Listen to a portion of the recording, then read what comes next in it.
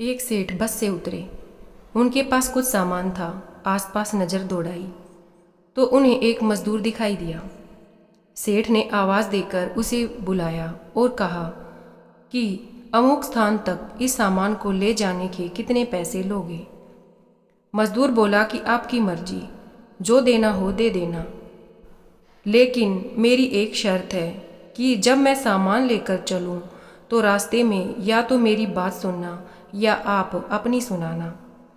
सेठ ने डांट कर उसे भगा दिया और किसी अन्य मजदूर को देखने लगे, लेकिन काफ़ी देर ढूंढने के बाद भी कोई मजदूर नहीं मिला। अंत में मजबूरीवश सेठ ने उसी मजदूर को बुलाया। मजदूर दौड़कर सेठ जी के पास आया और बोला कि सेठ जी, मेरी शर्त आपको मंजूर है। सेठ ने स्वार्थ के कारण हाँ कर दी। सेठ का मकान लगभग 500 मीटर की दूरी पर था। मजदूर सामान उठाकर सेठ के साथ चल दिया और बोला कि सेठ जी, आप कुछ सुनाओगे या मैं सुनाऊं? सेठ ने कह दिया कि तू ही सुना दे। मजदूर ने खुश होकर कहा कि जो कुछ मैं बोलूं उसे ध्यान से सुनना। यह कहते हुए मजदूर पूरे रास्ते बोलता गया और दोनों मकान तक पहुंच गए।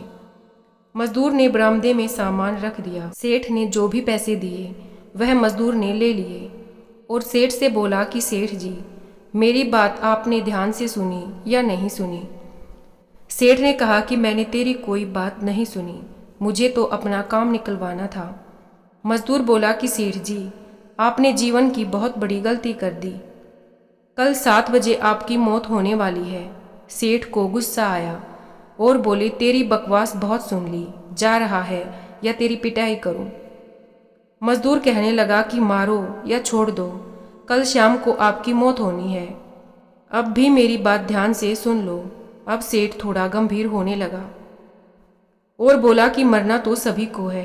अगर मेरी मौत कल शाम होनी है तो होगी ही, इसमें मैं क्या कर सकता हूँ? मजदूर कहने लगा, तभी तो कह रहा हूँ कि अब भी मेरी बात ध्यान से सुन लो। सेठ ने कहा कि अच्छा सुना, मैं तेरी बात ध्यान से सुनूंगा। मजदूर बोला कि मरने के बाद आप ऊपर जाओगे तो आपसे यह पूछा जाएगा कि हे मनुष्य, पहले पाप का फल भोगेगा या पुण्य का फल? क्योंकि मनुष्य अपने जीवन में पाप और पुण्य दोनों ही करता है, तो आप कह देना कि पाप का फल भुगतने को मैं तैयार हूँ, लेकिन पुण्य का फल आंखों से देखना चाहता हूँ। इतना कहकर मजदूर वहाँ से चला गया। दूसरे दिन ठीक 7 बजे शाम को सेठ की मौत हो गई। सेठ ऊपर पहुंचा तो यमराज ने मजदूर द्वारा बताया गया प्रश्न कर दिया कि पहले पाप का फल भोगना चाहता है या फिर पुण्य का। सेठ ने कहा कि पाप का फल भुगतने को मैं तैयार हूँ, लेकिन जो भी जीवन में मैंने पुण्य किया हो उसका फल आंखों से देखना चाहता हूँ। यमराज बोले, हमारे यहाँ ऐसी कोई व्यवस्था नहीं है, यहाँ तो दोनों के फल भुगतवाए जाते हैं। सेठ ने कहा कि फिर मुझसे पूछा ही क्यों, और पूछा है तो उसे पूरा करो। धरती पर तो अन्याय देखा है, पर यहाँ पर भी अन्याय हो रहा है। यमराज ने सोचा कि बात तो यह सही कह रहा है, इससे पूछकर बड़े बुरे फंसे। मेरे पास कोई ऐसी ताकत ही नहीं है जिससे इस जीव की इच्छा पूरी हो जाए। विवश होकर यमराज उस सेठ को ब्रह्मा जी के पास ले गए और पूरी बात बता दी। ब्रह्मा जी ने अपनी पोथी निकालकर सारे पन्ने पलट डाले, लेकिन उनको कानून की कोई ऐसी धारा या उपधारा नहीं मिली जिससे जीव की इच्छा पूरी हो सके। ब्रह्मा भी विवश होकर यमराज और सेठ को साथ लेकर भगवान विष्णु के पास पहुंचे और सारी समस्या बताई। भगवान विष्णु ने यमराज और ब्रह्मा से कहा कि आप लोग जाइए, अपना अपना काम देखिए। दोनों वहां से चले गए।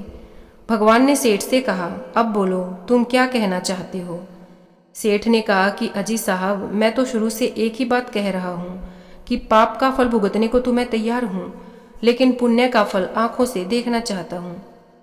भगवान बोले, धन्य है वो गुरु रूपी मजदूर जो तेरे अंतिम समय में भी तेरा कल्याण कर गया।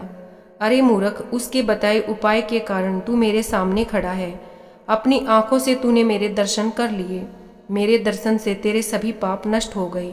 इससे और बड़ा पुण्य का फल क्या देखना चाहता है? दोस्तों, कहानी का सार यह है कि गुरु हमें किसी भी रूप में मिल सकता है।